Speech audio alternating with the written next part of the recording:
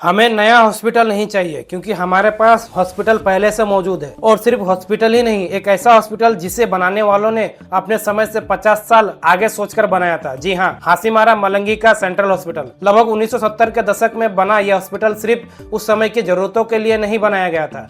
ऐसा लगता था कि मानो जिन्होंने इसे डिजाइन किया था उन्होंने सोचा था कि आने वाले 40-50 साल में कौन कौन सी बीमारियां आ सकती है, किस तरह की महामारी आ सकती है, किस तरह के संक्रमण फैल सकते हैं। क्योंकि उस समय जब गांव में सामान्य डिस्पेंसरी तक नहीं होती थी, तब इस हॉस्पिटल में अलग अलग प्रकार के आइसोलेशन वार्ड बनाए गए थे। सोचिए, कोविड तब नहीं आया था लेकिन यहाँ आइसोलेशन वार्ड मौजूद था। संक्रामक बीमारियों के मरीजों को अलग रखने की व्यवस्था थी। डॉग बाइट के मरीजों के लिए अलग आइसोलेशन वार्ड था। चेचक जैसी बीमारियों के लिए अलग आइसोलेशन वार्ड था। टीबी के मरीजों के लिए अलग वार्ड था। यानी उस समय के लोग जानते थे कि भविष्य में भी नई नई बीमारियां आएंगी और मरीजों को अलग रखने की जरूरत पड़ेगी। आज कोविड के बाद पूरी दुनिया आइसोलेशन वार्ड की बात करती है, लेकिन मलंगी सेंट्रल हॉस्पिटल में ये सोच 50 साल पहले मौजूद थी। दोस्तों, ये कोई छोटा हॉस्पिटल नहीं था। ये लगभग 2 एकड़ में फैला हुआ एक पूरा मेडिकल कॉम्प्लेक्स था। करीब 110 बेड की इसकी क्षमता है। General male ward, general female ward, staff male ward, staff female ward, staff के संक्रमित मरीजों के लिए अलग वार्ड, पुरुषों के लिए अलग डिसेंट्री वार्ड, महिलाओं के लिए अलग डिसेंट्री वार्ड,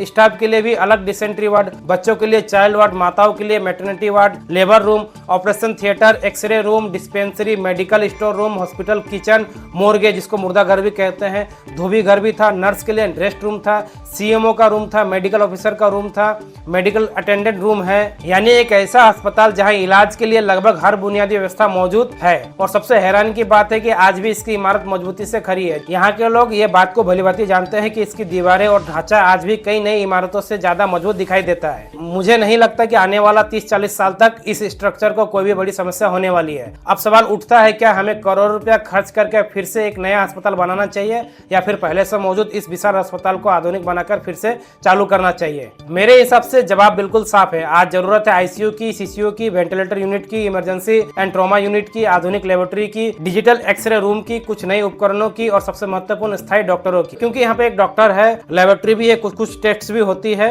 लेकिन यहाँ पे कम से कम 3 डॉक्टरों की जरूरत है 3 अलग अलग शिफ्टों के लिए। 20 से 25 मेडिकल स्टाफ, 10 से 12 सफाई कर्मचारी। बस इतना कर दिया जाए तो यह अस्पताल फिर से हजारों लोगों की जान बचा सकता है। दोस्तों, आज के लोथावरी अस्पताल में भी लगभग 30 बेड की क्षमता है, लेकिन जब मलंगी सेंट्रल हॉस्पिटल अपनी पूरी क्षमता से चल रहा था तब उसकी बेड क्षमता, वार्ड व्यवस्था और सुविधाएं अपने समय के हिसाब से बेहद उन्नत थी। यानी हमारे पास जमीन है, हमारे पास भवन है, हमारे पास इतिहास है, हमारे पास संरचना है, बस निवेश और इच्छा शक्ति की कमी है। टी गार्डन के संबंधित जो भी फंड आते हैं उसका अगर एक हिस्सा इस हॉस्पिटल के पुनर्जीवन में लगाया जाए तो नया हॉस्पिटल बनाने से कम खर्च में कहीं बेहतर स्वास्थ्य सुविधा तैयार की जा सकती है। और जरूरी नहीं कि सब कुछ मुफ्त हो। टी गार्डन श्रमिकों के लिए बेड और इलाज निःशुल्क रखा जा सकता है। बाकी सामान्य मरीजों से नाम मात्र का शुल्क लिया जा सकता है। दोस्तों, आज मेरी मांग नया अस्पताल नहीं है, मेरी मांग है मलंगी सेंट्रल हॉस्पिटल को फिर से जिंदा किया जाए। क्योंकि जो हॉस्पिटल 50 साल पहले भविष्य की बीमारियों को सोचकर बनाया गया था, उसे आज मरने के लिए छोड़ देना शायद हमारी सबसे बड़ी गलती होगी। और मलंगी सेंट्रल हॉस्पिटल के अलावा भी निमती झोरा हॉस्पिटल और भाटपाड़ा बी डिवीजन